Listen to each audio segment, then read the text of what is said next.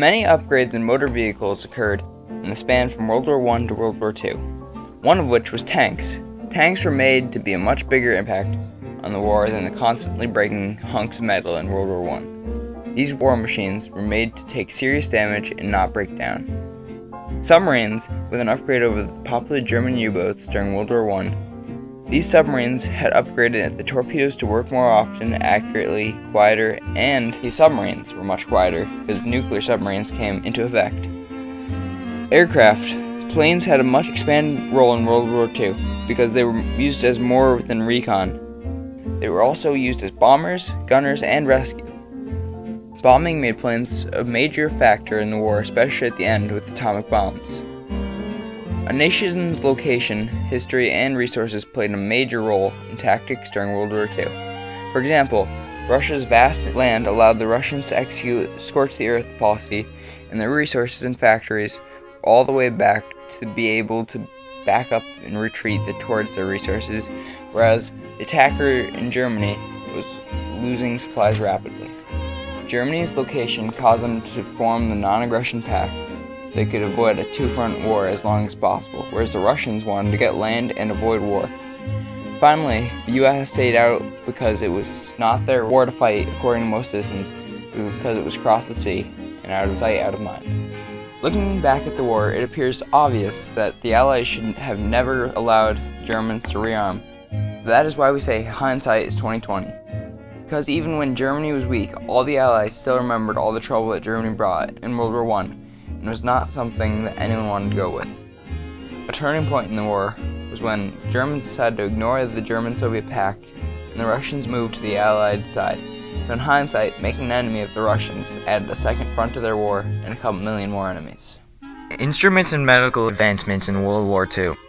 During World War II, British and American scientists developed a radar technology that could see for hundreds of miles, even at night.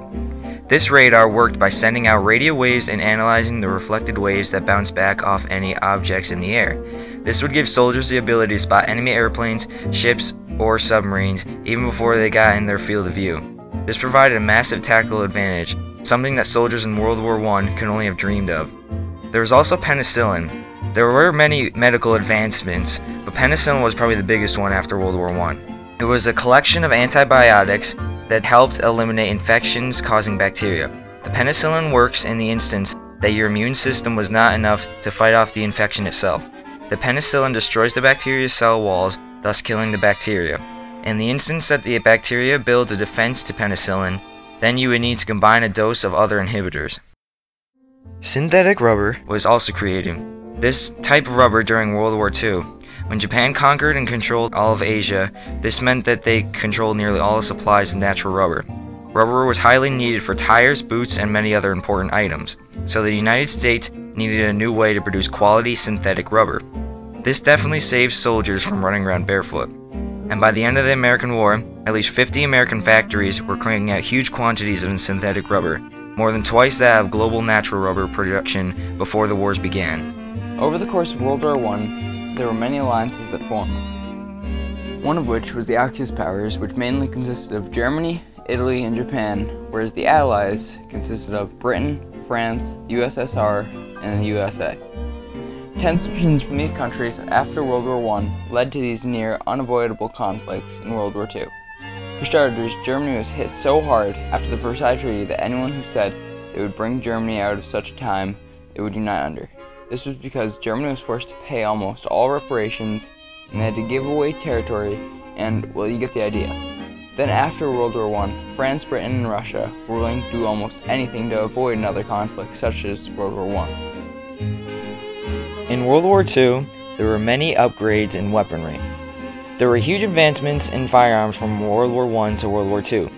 Many soldiers in World War II switched from using bolt-action rifles to semi-automatic rifles, resulting in a much deadlier fire rate while still remaining accurate. Machine guns had also been improved with higher rates of fire and ability for them not to be water-cooled. And there was also a huge amount of soldiers who had started using submachine guns, also resulting in more deadly forces. Although many weapons were still used from World War I, many of them had been still upgraded, like flamethrowers and grenades. There's also explosives and mortars that have been upgraded. Artillery had been vastly improved since the time of World War I. This was mainly from the help of the advanced motor vehicles that helped them be mobile. Not only were they now much more mobile, but they were also much more powerful. Being able to heavily damage a tank or even flip one over definitely can give one side a winning advantage. Torpedoes with submarines also were used in World War I, but there have been many new upgrades worth mentioning. By the time of World War II, they had much better explosives, and some even had guided systems, and if they didn't hit one target, they could even search for another. This was a major improvement from the World War I torpedoes, which were only able to travel in straight lines. They also had made many other versions in World War II, like the electric-propelled version, which did not leave a trail of bubbles to lead back to the submarine that fired it. Lastly, was probably the biggest advancement from World War I, would be the atomic weapons, and the atomic bomb specifically. There is no doubt that the invention of the atomic weapons have changed how we perceive the view destruction. This new kind of device gets its destructive force from the nuclear reaction, either in fission or a combination of fission and fusion, thus being able to release such a vast quantity of energy from such a small volume of matter. It is easy to say that the invention of an atomic bomb caused a major difference to world warfare in World War I. As in World War I, to get the same amount of energy expelled in the atomic bomb, you would need tons of TNT. Yet we are still here trying to decide today whether or not to use this amazing power. And if there are better options than relying on this weapon, or going back to using traditional explosives as in World War I. This is why we are always faced with the question, is technology a blessing or a curse? Regards to World War I, we would have to agree that it was a blessing, because to us it expressed our massive power and caused the Japanese to surrender on our second attempt with nuclear weapon. But really it was a curse for the country Japan, as it took many lives for them to be lost, as well as it being a massive problem to our world, as nobody should be able to wield such power, because this power could lead to further problems. I do believe that this technology contributed to the aggression in these countries, as it made people frantic and uncontrollable. The aggression built even more as one country started to overpower the other.